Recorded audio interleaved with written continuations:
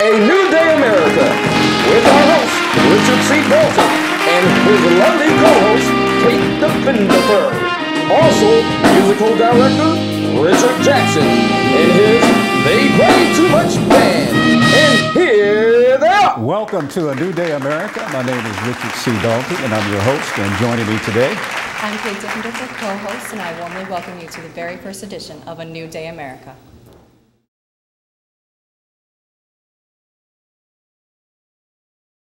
Joining Richard and Kate is Nicole Cogdell, Women of Strength. my name is Richard C. Dalton, and I'm your host. And joining me is I'm Kate Defenderberg, co-host, and I'd like to welcome Ms. Nicole Cogdell, President of Women of Strength. Hi, how are you? Good, how are you doing? I'm doing well. Women of Strength is a group of mothers who have come together as a result of their children being murdered. And as a group, they're fighting in many different facets to stop violence in the neighborhoods. Can you tell me a little bit more about your involvement or your motivation behind this group? Yes, Women of Strength was founded back in 2006. And it was after the murder of a good friend of mine, Cheryl Harden. Okay. A year later, my cousin Misha Samuels was home in her bed sleep, and a maintenance man came in, raped her, and cut her throat. And as a result, you know, I decided to get a group of moms together in the city of Chester and actually do something about it. Okay, and what do you do exactly? So what's your group's focus? Basically, we focus a lot legislatively and also requesting that the community gets involved. We partnered with the Chester Police Department and created a Chester's Most Wanted list. And out of 36 people, out of the 36 people that were on the list, 32 people were apprehended. Our next project was the Chester 12. And basically it focused on 12 unsolved cases. And we were on the radio, we brought a lot of attention, and as a result of that, our district attorney, Michael Green, imposed a grand jury. And it was kind of like the first class action grand jury dealing with homicide. And then our baby project right now is the Paul Coverdale grant. We asked our mayor and city council to apply for the Paul Coverdale grant because we feel that there's a need to address the issue of forensic science. Okay. You know what the perpetrator looks like, you know what the victim looks like, but we want to know exactly who are the faces behind the cars that open up the trunks and bring guns into our community. Yes. And with the Paul Coverdale grant, we're asking that our local mobile unit that's just sitting behind the police station is turned into a forensics lab, and basically a robot will come out and collect evidence. And this will help with the turnaround time in terms of processing guns as well as rape kits. Okay, so where do you see the future of this organization going besides what you're currently working on? Basically, in terms of Women of Strength, we just don't want members who have lost children to violence. We want women like myself who just want to make a difference economically, educationally, and just empowering other young men and young women to look into other and want to become a part of the solution rather than the problem. We believe that through education and mentorship that, you know, children across the country, not just in the city of Chester, but all across the country, we have a right to life, liberty, and the pursuit of happiness, not just the right to bear arms. Exactly. yes. Great. Where else have you been putting your message forward? In the schools? We've been in the schools. We've gone to Washington, D.C. We just partnered with the William Killebrew Foundation.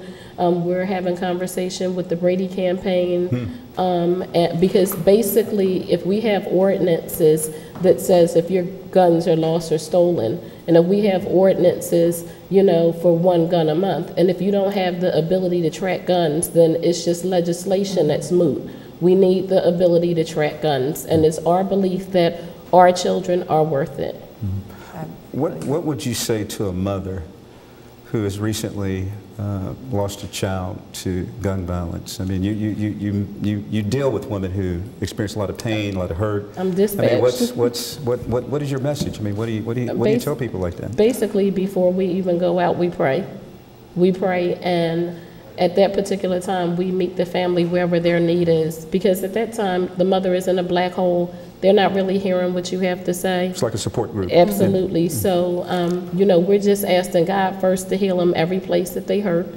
And I mean, we've cooked meals. We've done some damage control in terms of candlelight vigils, and we just inform the mother as well as the family that it's a process. However, you know, you cannot allow the perpetrator to take your entire life. You know, it's foundations like the William Tripley Foundation that was birthed from Pat Tripley. You know, it's $250,000 worth of scholarship money. We don't always mention, you know, our good deeds, but we know that we have touched so many lives. And Women of Strength is a awesome organization of women who are truly on the front line making a difference every single day. Well, I don't know about everybody else, but I'm so impressed with the strength and the courage I just see in you as you talk about this, the passion that you have. How would you challenge the community? What would you say to the community as a whole? I know you got a support group for mothers, but you know, how do you get the community to wrap themselves around this project? Well, for us, you know, we even with asking for the Paul Coverdale grant to be applied for, first we had to educate the community. Because, I mean, again, we have to, a lot of people will ask and say, you know, where are the guns coming from? But we never demand an answer. And with the amount of African American children dying all across the country in every single neighborhood, I believe that we have a right to find out that answer. So, you know, we're just asking for people to, you know, get behind Women of Strength. We have a Facebook page, Women of Strength United for Change, the Women of Strength, unitedforchange.org. You know, we're asking for people to get behind us and, you know, let's really address the issues of forensics and straw purchasing and our children dying on a regular basis. Even if you call yourself having a good kid, if your good kid comes in contact with this bad kid, we still have a problem. But all kids are savable. Well, thank you, Nicole, for being our guest today. And it sounds like you guys are doing tremendous work. And the challenge is for the community to get involved. The challenge is for mothers to come together. If you've been victimized in your own community, to come together and start a support group. Well, thanks again, and we look forward to seeing you sometime soon. Okay, thank you. We'll be right back after this message, A New Day, America. Coming up next with Richard and Kate is Samuel Atkinson. Welcome back to A New Day, America. My name is Richard C. Dalton, and I'm your host. And joining me is...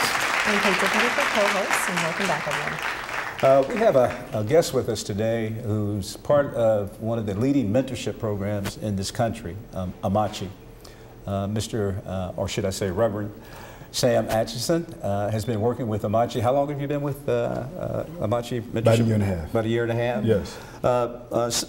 Reverend Atchison, what do you do? What does Amachi do, and what do you do with the mentorship program?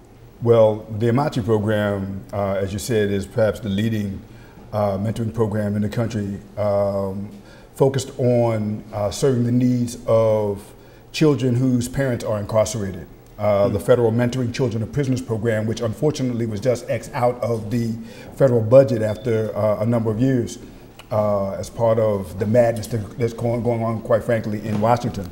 But that was the model, it was actually modeled after the Amachi program. The Amachi program has been around about 10 years, and it was actually the godfather and the director, the leader of the Amachi program is W. Wilson Good, the former mayor of Philadelphia. In my title is Community Partnership Manager, and I work under the Amachi Mentoring Coalition Project, which is a federally funded initiative under the auspices in Pennsylvania of the Philadelphia Leadership Foundation. And so our responsibility statewide is to provide mentors for children who are impacted by incarceration. Okay. Could you kind of walk us through your program? Say you identify a child whose parents are incarcerated. Kind of, what does Amachi do with that child? Well, we do, generally what happens is we recruit both mentors and mentees, the children, from a variety of means, local schools, often churches, from a variety of means. We will get references perhaps from the police departments. We develop partnerships, community partnerships, with all of those institutions. And what will happen is we will get a child and we will interview that particular child with the permission of the resident parent. Mm-hmm. We will also, the interview takes maybe 20 minutes to a half hour, the interview with the child. Basically getting basic information, their likes, dislikes, how they're doing in school, where they go to school, the 3 wishes, and of course I always tell them no asking for no asking for additional wishes. Just 3. Just 3, okay. But we get just a sense of the profile of the child. We then work with, in working with mentors, we interview the mentors, and the mentor interview may take as long as 2 hours, mm-hmm. because we're really concerned about who we're linking this child up with. Any child who is eligible for the Amachi program, generally, again, the lion's share of them, the parents, one or both parents has been incarcerated. They're generally considered to be the most at-risk, or among the most at-risk children in the country. So they've already endured enough trauma. And so we want to make sure that the mentor that we match them with is someone that we have looked pretty thoroughly at in terms of the background. We do criminal background checks, mm-hmm. Child abuse clearance checks. We interview the mentor for perhaps up to 2 hours. Because we really want to get a sense of the of that individual's background and where they're coming from and that kind of thing. And then at some point we will bring them together in what we call a match meeting. Okay. And basically, hopefully and prayerfully, a lot of prayer, mm-hmm. There will be a link there. And we're very much concerned that, again, the child, as we would say on the street, is feeling the mentor. Right. Tell me this though. You've got the mentor, mm-hmm. you got the mentee, and you're doing this matching process, right? Okay. How incarcerated children, incarcerated parents. Okay. How do the juvenile authorities or the corrections people play a part in this? Because you're mentoring parents who are incarcerated. Right. Yeah. What we do is agreements have been established whereby Amachi representatives are permitted to go inside corrections facilities and actually meet with the inmate population, interview individual inmates, and often we obtain the information. And certainly when Dr. Good initially did it, he actually went into all of the correctional facilities in and around Philadelphia, under the Philadelphia prison system. Great. Meeting with inmates and getting information from the inmates as to who the children were. Yeah. I have one last thing. Yes, sure. Yes, the title, Amachi, can you tell me a little bit more about that word? And I think from the literature that you gave me, I think it's very fitting, and what the effect is on the child, since that's where the root of the word is. Exactly. Amachi is actually a Nigerian Igbo word, which means who knows but what God has in store for us through this child. Mm-hmm. We're concerned about keeping children out of the pipeline to prison, getting mm-hmm. them out, and we don't know, who knows God's vision for this child. And so Amachi is the means whereby we hope to help the child to fulfill its potential. Yeah. Amachi. Yes, sir. It's a great program, yes, and I think the niche to me is that you're mentoring children of incarcerated parents. I think that's so significant. And we are glad you were on the show today, and we hope that you come back and see us real soon. Yes, sir. Thank you so much. And we thank you for viewing in today and listening to Reverend Sam Atchison. And we'll be right back for A New Day America right after these messages. Joining Richard and Kate next is Richard. Tut Carter, activist. Welcome back to A New Day America. My name is Richard C. Dalton, and I'm your host, and joining me. I'm Kate Diffenderfer, co-host. We have a guest with us today who's been involved with Veterans Administration work and prison reentry work all over the country, but specifically in the city of Philadelphia, Chester, Pennsylvania. Brother Richard Tut Carter is his name, and Richard, as I was discussing with you, I was having a difficult time trying to get your titles together. So could you be kind enough to tell us the title of the diversified housing, your title there? Yes. First, I'd like to thank you for having me on this show. Very rarely do people invite advocates and activists to do the work that I do on shows. With Diversified Housing Solution, I'm the residential director. We provide supported service and transitional housing for homeless veterans and veterans exiting the prison system that would be homeless when they get out of prison. And I also understand you do some, you connected the veterans to prison reentry transitional services. Is that kind of housing, around issue of housing? I understand that you do some prison reentry work in Chester. You have a call center, or could you talk a little bit about that? Well, let me talk about the veterans just briefly. We were fortunate to be one of the recipients of one of the most competitive grants from the Veterans Administration to open up a house that we have here in Germantown to provide shelter for 30 veterans and supported services. When I was able to touch base with other organizations and other people across the country, being that I was Chester-based, I wanted to use my wealth of information and resources and knowledge to try to improve the quality of life with people coming out of prison in the city of Chester. I was also fortunate about a year ago, which you're a part of, I was invited to come to the table with what's called the Chester Prison Reentry Collaboration.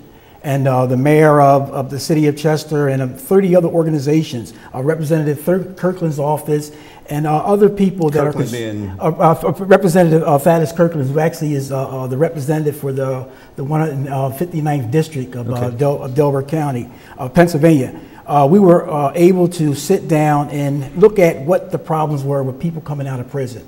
The mayor's concern was that many of the people that are coming out of prison is really the problem of having problems in crime. And we found that our research found that almost like 80% of the crime problem in the city of Chester were people that was coming out of prison and didn't have resources such as jobs, affordable housing, and other supported services that keep people focused on being socially active and being good people in their communities. There's also been talk about how prisons are being built. You know, more of our tax dollar is going toward building prisons as opposed to prevention. How do you see that? You know, I mean, it just seems like we could do something on the preventive end, maybe a little bit more. Mm-hmm. Well, I wear two hats. One of the hats is I'm a prison rights and reentry advocate. I advocate for changes in legislation and in social policies. I'm also a community activist. After we talk about the problem, I get out there with the groups like collaborations. We start producing solutions. One of the problems that eludes America, and we're really looking at it today, from the time of the Reagan administration to the last Bush administration, there have been some really oppressive laws that were written that was supposed to reduce crime. They told us that by denying ex-felons jobs, education, affordable housing, and other supportive services, that in some way was going to reduce crime. And what we're realizing today, and this is the advocate talking, what we realize today is that those laws that discriminate against ex-offenders had the opposite effect of reducing crime in places like Chester, Philadelphia, and other areas. We're looking at the fact that some of these oppressive laws that say you can't get a job to ex-offender is the reason we have so much crime and so many ex-offenders going back to prison. So when we have that type of cycle, there's always a need to build prisons, but there's no need to build our way out of this here problem. Mm-hmm. And the way to build our way out of this problem is by addressing the needs of the reentry community. Yeah. I was thinking about it seems like prison reentry primarily focuses on men, maybe not intentionally, but Kate, do you have any concerns about Well, our last guest, Ms. Gogdale, was talking about women of strength, and yes. So I'm curious what involvement you have with the women population. We had a rude awakening about maybe a month ago. For 1 year that we organized and worked with the Prison Reentry Collaboration, we were talking about reentry and recidivism as though it was just men. Mm-hmm. When we opened up the Prison Reentry Call Center and we started inviting people to call in to request assistance and help, we found out that a third of our population that we have registered in our program right now are women. So one of our partners is an organization called SMART. Okay. Single mothers were really trying. And what we're doing, we had a meeting with them this morning, and we're developing supported housing and other wraparound services for women in the city of Chester that have single children and they want to reunify themselves with their children. Okay. So we want to help that population. That's great. Mm-hmm. Richard, you've been involved and it sounds like you've started from the ground up and you put a lot of time. And I understand you're about ready to graduate from one of the universities in terms of getting your degree. I think it's Widener. Yes. You've come a long way, but what can the community do that's not involved? You know, because when the ex-felons come back to the community, if there's no help, then the community becomes the victim. Yes. So what do you have to? What would you say to people that's not involved? I've been an advocate for changes in prison and reentry for over 30 years. It was last year when I was called to the table and I found that the city of Chester was now serious about addressing the problem. We had the faith community there. We had law enforcement there. We had the prison advocates there like myself, and we had ex-offenders that were there talking about solutions. What the community can do is become aware of the fact that if we don't address the problem, if we don't give jobs and housing for ex-offenders or people coming out of prison, they go back to the old lifestyle that caused them to go to prison in the first place. Yeah. We want to stop that. Well, thank you, Brother Richard Tut Carter, for being our guest, and hopefully we'll have you back sometime soon. And you heard it, you had the challenge, and hopefully you'll get involved in your community with some type of prison transitional service or reentry. This is New Day America. My name is Richard C. Dalton, and we'll be right back after this message. Joining Kate and Richard is Mr. Kenny Colbert, president of Brothers of Concern. Welcome back to A New Day America. My name is Richard C. Dalton. I'm your host, and joining me again is... I'm Kate Diffendicker, co-host of A New Day America. We have a very interesting guest with us today, Mr. Kenny Colbert. Kenny Colbert is the president and founder of Brothers of Concern, and they're doing some unique work, even work that has caught the attention of Washington, D.C., the Justice Department. And Kenny has been doing community, what I call and what they call street intervention, where they try to recruit people who've been involved in crime, have changed their lives, and now using them as, so to say, soldiers to go back on the street and to recruit others out of a lifestyle of gang and violence. Is that correct? Very correct. My right-hand man, for instance, Jonathan Abdul Rahim King, my vice president, awesome. He was locked up before, did some time. Without him, I really don't know where I would be at, because he gives me an insight that I really don't know anything about, because I've never been incarcerated. So, you know. Well, tell me, how did Brothers of Concern get started? I mean, what was the motivation for this? Well, senseless violence that was going on in Chester. You see these young guys just kill each other, probably over nothing. I mean, it makes no sense. And I'm 41 years old, born and raised in Chester. I felt like somebody had to step up to the plate, because you have an organization such as Women of Strength, older ladies, went, you know, for the Paul Coverdale grant, things like that. The men need to step up to the plate, because men haven't been stepping up to the plate. Okay, well how are you recruiting? That's a genuine concern. Men stepping up to the plate, because typically men take leadership usually in certain initiatives, particularly something as great as this. So how do you get men to step up to the plate? I mean, what do you do as an organization to do that? Well, one thing I'm noticing is a lot of the guys who used to be out there, we older now, and we starting to look and see like, yo, man, we was out there doing stuff, but this stuff is crazy. I mean, these guys kill each other in broad daylight. I mean, kid got killed, for instance, last year. Made Chester have a state of emergency. I mean, things that just went totally too far. And I think it's starting to touch a lot of people, and they starting to say, hey, man, we got to try to do something. Because when you was part of the problem, you feel as though you have to be a solution to it. Now, also understand from our discussion prior to the interview that Chester was under a state of emergency last summer. Were you guys part of that, or how did that work out? Well, it was really weird because the city was shut down. I mean, after 9 o'clock, people were scared to ride down the street because they thought the cops were just going to pull them over and just do all kinds of stuff. And I wasn't even like that because I still was riding around. But for a city to be 4.7 miles and have all kinds of cops flooding your city, sad. And that's another reason why I think a lot of the men stepped up to the plate too, because we'd rather police it ourselves than let other people have to come in and do it. Yeah. Tell me, how does Chester, you may not know the answer to this question, but how does Chester rank in terms of violence in other cities? I mean, what is the ranking, you think? Believe it or not, it's the second most dangerous city in America. Wow. I found that very interesting myself. I didn't believe it, but they do it by per capita, that's why. Because it's about 30, 35,000 people in Chester, 4.7 miles, so I mean, for the amount of violence that go on, it's pretty sad. And plus, we all know each other, so it's kind of sad. Tell me this, Kitty. Now, you're the president of Brothers of Concern. Usually presidents to take kind of an administrative leadership role. Do you do anything yourself in the street? Are you part of this effort directly, or I mean, how does that work? Definitely. I'm always out. See, I have no kids, no significant other, so I can be out all the time.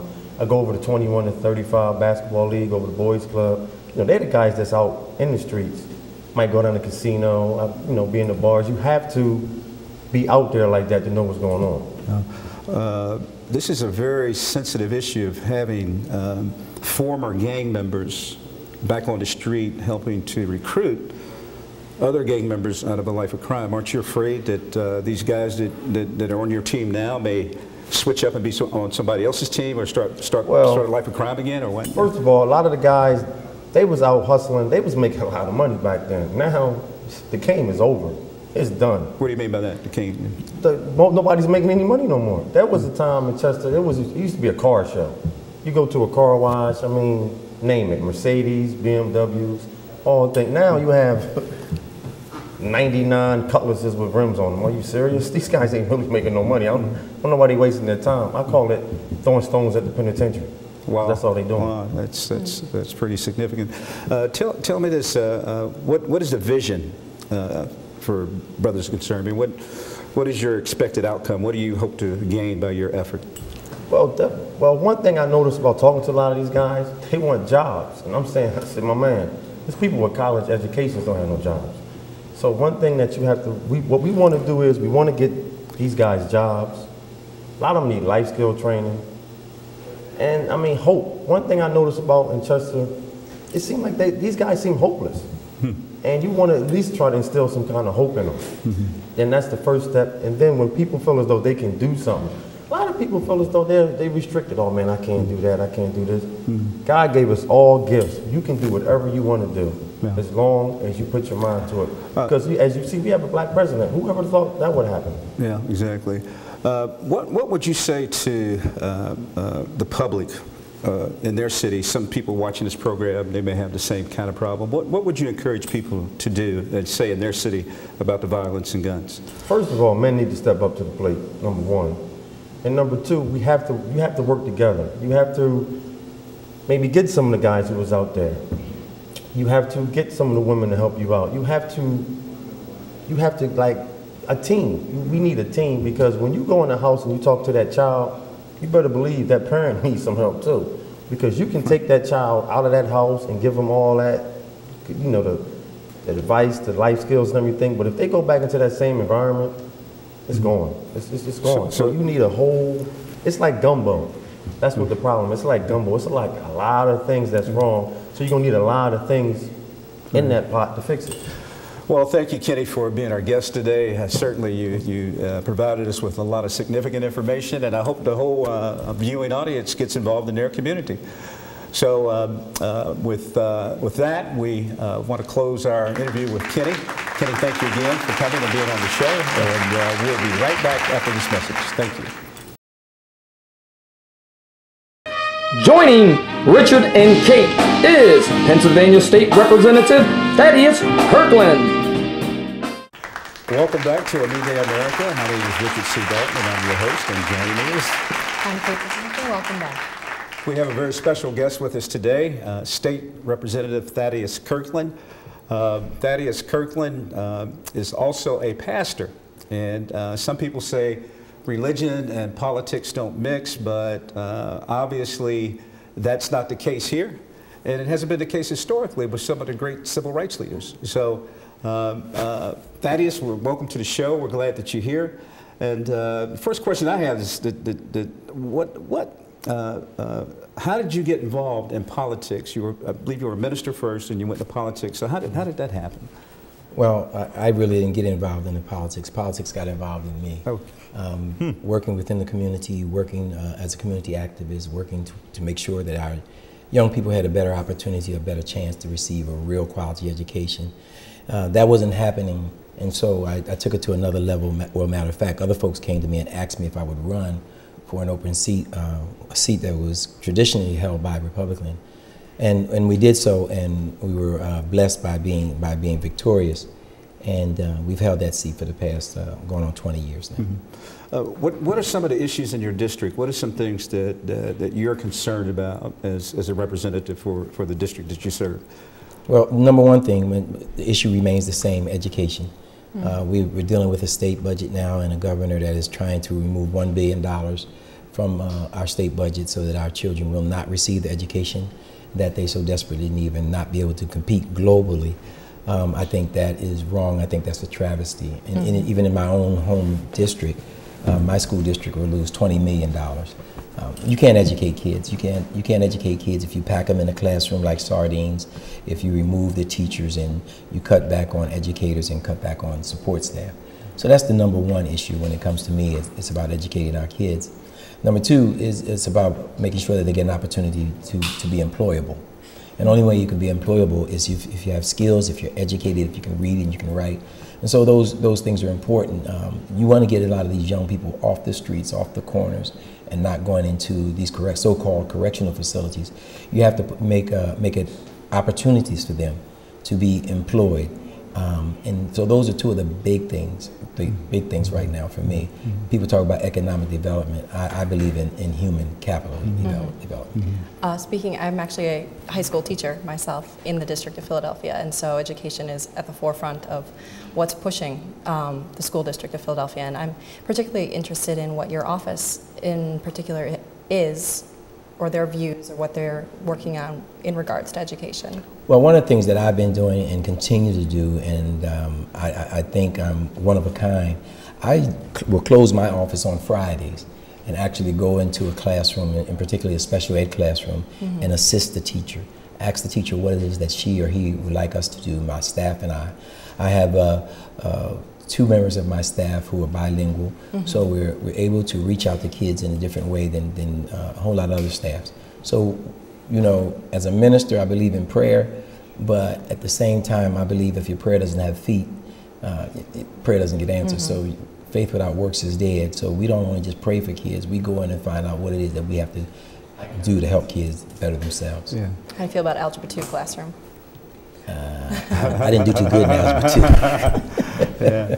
Well, one thing that I was impressed with that you told me earlier was about, we just had someone on the show talk about mentorship, and you actually took someone under your wing personally as a challenge to other men. What did, tell us what you did. Well, it's one-on-one. I challenge men in my community to become a mentor or a father to, not a big brother, a father to these young boys. I took a young boy under my wing. He was in fifth grade some years ago. He was a troubled student. His father was not in his life. He was always in trouble, and he was just going down the wrong path. I took him under my wing and gave him what was called tough love. I won't go any deeper than that, but I gave him tough love. Today, that young man is a fine young man. He's about to graduate from high school, and he's looking at attending college. And so we're excited about that. He just went to his prom yesterday, and so I'm excited about that we were able to touch his life. And I encourage, I tell people, I give them the lifeguard syndrome. If there are 30 people in the water, I can't save everybody. But if there are 30 other lifeguards that are willing to jump into the water along with me, we can each grab one and bring them to safety. And that's the important thing about reaching these young people. Oh, that's great. That's a wonderful deed. How would you challenge the community, education and jobs and seems to be very important in terms of the agenda. How would you challenge the community and just everyday people to be part of this educational process, to upgrade and to help? Well, they have to make education a priority in their lives. You know, we really have to go back and understand that you go nowhere, absolutely nowhere, without a good education. In prior years, when parents had to be involved in the fields and in the plowing and then on the farms and did not have an opportunity to go to get their own education, what they were doing was making a way for their children to make sure that they got a good education.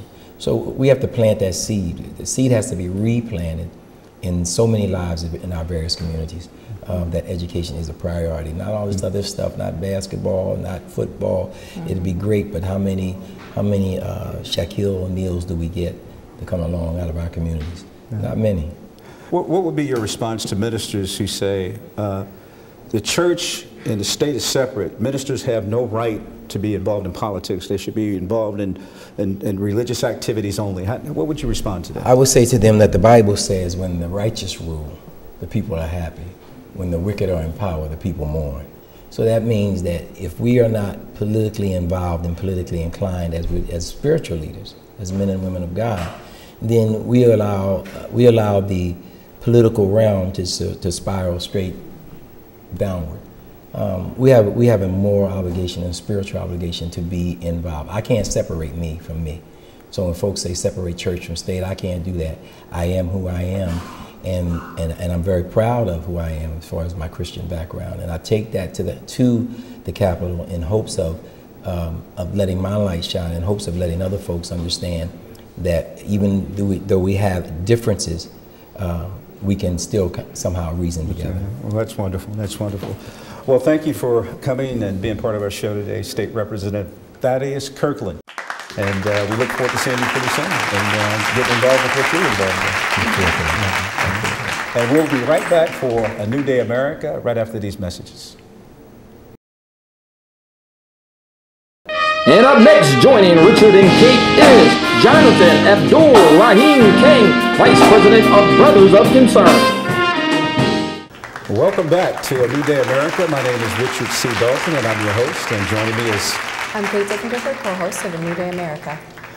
We have a guest today, Jonathan Abdul Rahim King. I hope I pronounced that correctly, yes. Mr. King. I'm going to call you Rahim if you don't mind, because it just seems to be a little easier for me anyway. But Rahim is the vice president of an organization called Brothers of Concern, and he's also involved with a group called Ceasefire. I believe this is a gun control initiative that's national, as I understand it. Yes. Also, Rahim is involved in other life skill coaching activities at local high schools, and he does mentorship kind of programs, or projects, not programs, in Chester, Pennsylvania. So, Rahim, tell us a little bit about your work in Chester and your work with Brothers of Concern. Okay. Basically, I'm the person that helps run the operations, the everyday operations of Brothers of Concern. I've been in prison before, so I'm considered a street intervention specialist. The idea that I always had when me and Kenny used to talk every day is that, you know, it takes a thief to catch a thief. You know, a person from Wall Street or from your corporate office or from wherever, you know, cannot come in the streets and try to infiltrate, or may I say, learn about what the street problem is. It takes a person that comes from the street. I've been blessed, and, you know, with this era, with these kids today, you know, I call it a new breed. You have to learn about them, who they are. You have to listen to them. We're not listening to them. I think the Brothers of Concern is one of the organizations in the city of Chester that actually hit the head on the nail when it comes to solutions for violence. Yeah. I mean, because just let's look at it. We all have children out here, and we want to cut down on violence. And, you know, this led me to doing other things like getting involved with Ceasefire. I mean, how I got involved with that, I actually got invited to a very important party dinner from very important people, and you know, I was a guest there, and actually after I met certain people, Ceasefire PA came to Chester, and they were looking for me. Huh. And they made me the lead organized chapter president of Chester and the whole Delaware County. Yeah. You know, Ceasefire is actually an organization that helps pass legislation to have tougher gun laws so people can't buy 30 guns a month and then go into our neighborhoods and sell them out of their trunk. Raheem, I heard something very interesting because I'm familiar with some of your work even prior to coming to this interview. But wasn't your son shot and left for dead on the street, and there were some doctors that helped save his life that were well known? Yes, unfortunately, being a member of Brothers Concerned and helping people, parents and you know, children has been murdered. My son was shot and he almost died. He caught a ride from his friend in the city of Chester, and as he was getting out the car, the guy shot him. My son fell to the ground and acted like he was dead because he kept shooting the gun. Wow. I was fortunate to meet someone who was a very great person in reference to trying to help our organization, Dr. Vincent Vance Moss. If you guys may or may not heard of them, they twins. Vincent and Vance Moss. Vincent and Vance Moss. I had a great relationship with Vincent Moss. Vance, I met him a couple of times, but me and Vincent Moss talked. I told him what we were doing with Brothers of Concern, and he actually operated on my son and saved his life. My son lost a liver, and his kidney was, he lost a kidney, I'm sorry, and his liver was injured. Weren't they on the Oprah Winfrey show at one point, honored by the White House, these Yes. two doctors? Yeah. They were honored by George W. Bush. They were honored by another president. I can't remember which one it was at that time. They were on the Monique show. They were ABC Doctors of the Week. They've been to Afghanistan and saved people and used their own money, thousands of dollars. Is that Crozier Hospital in Chester? Crozier Hospital in Chester, Pennsylvania. And this is how I met Dr. Vince Moss. And, you know. Tell me this, Raheem. You guys are on the street. You got the community involved. At least you're trying to mobilize the community to be involved in your initiative. How's the law enforcement and the district attorney and law enforcement officials need to be part of this, I would think? Well, you know, at the present time, the city didn't have a plan. And we were intricate in, you know, helping to try to find a plan for the city. A plan to end violence. Yes, a plan for the violence. And we were fortunate and we were blessed to be able to help the city, you know, to find a solution for the violence. And the number one solution is, like I said, life skills and mentoring. What is your hope? What would you encourage people who have got a son either shot and killed or wounded or been a victim of gun violence? I mean, what is your hope for this country and for cities across America? I'm hoping whoever sees this, you know, we need resources. We need people out there to help to, in any kind of way, funding or just volunteer help to try to stop the violence and the crime in the city of Chester.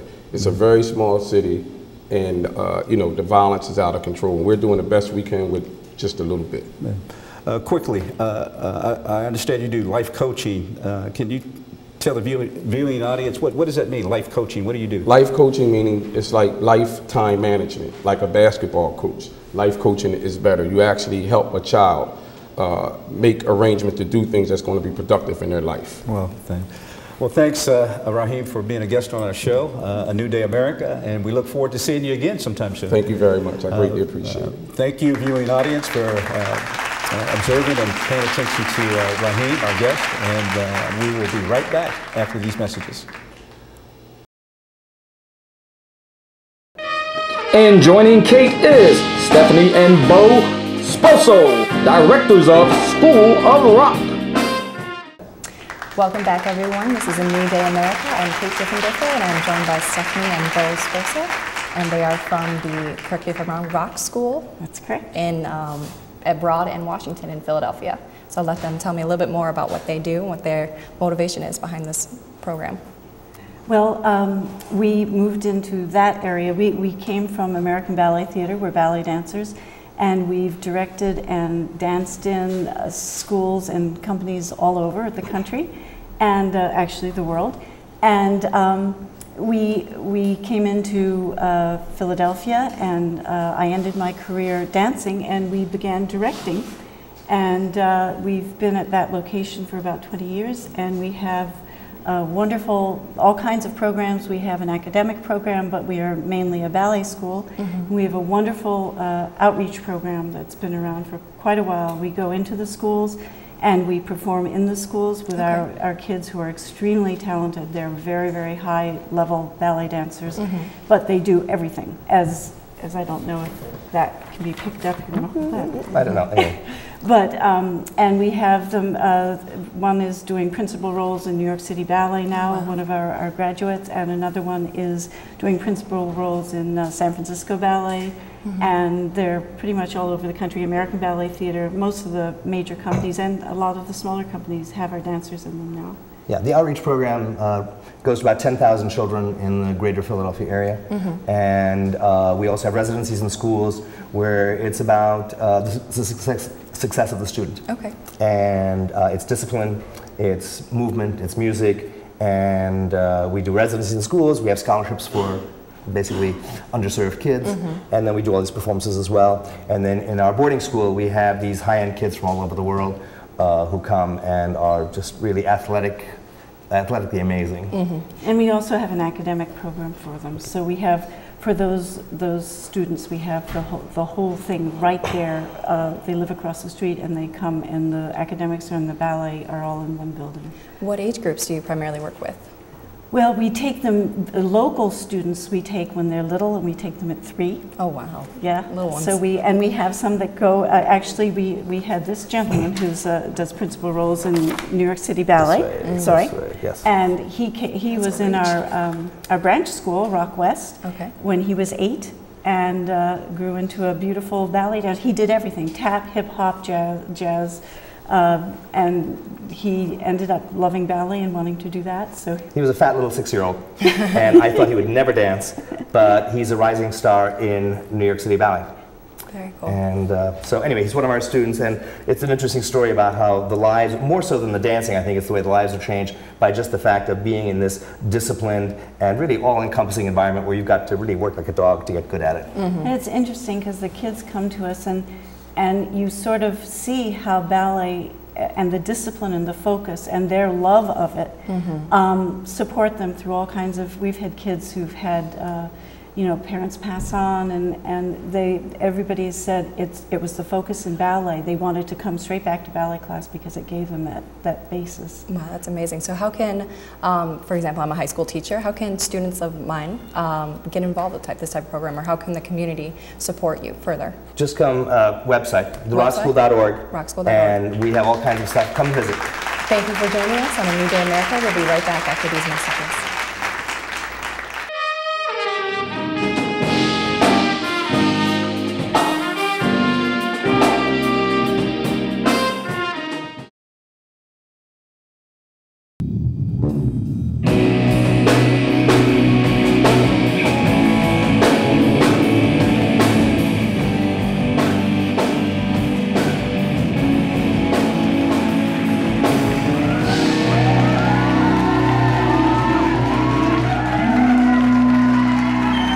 Richard C. Dalton with A New Day America, and boy, did we have quite a lineup today. We did, Richard. It was a wonderful show, great music, great guests. Please join us next time on A New Day America. Thank you. Thank you for watching. From all of us here at A New Day America, I'm Carl Jones, and this is They Play Too Much Band, under the musical direction of Richard Jackson.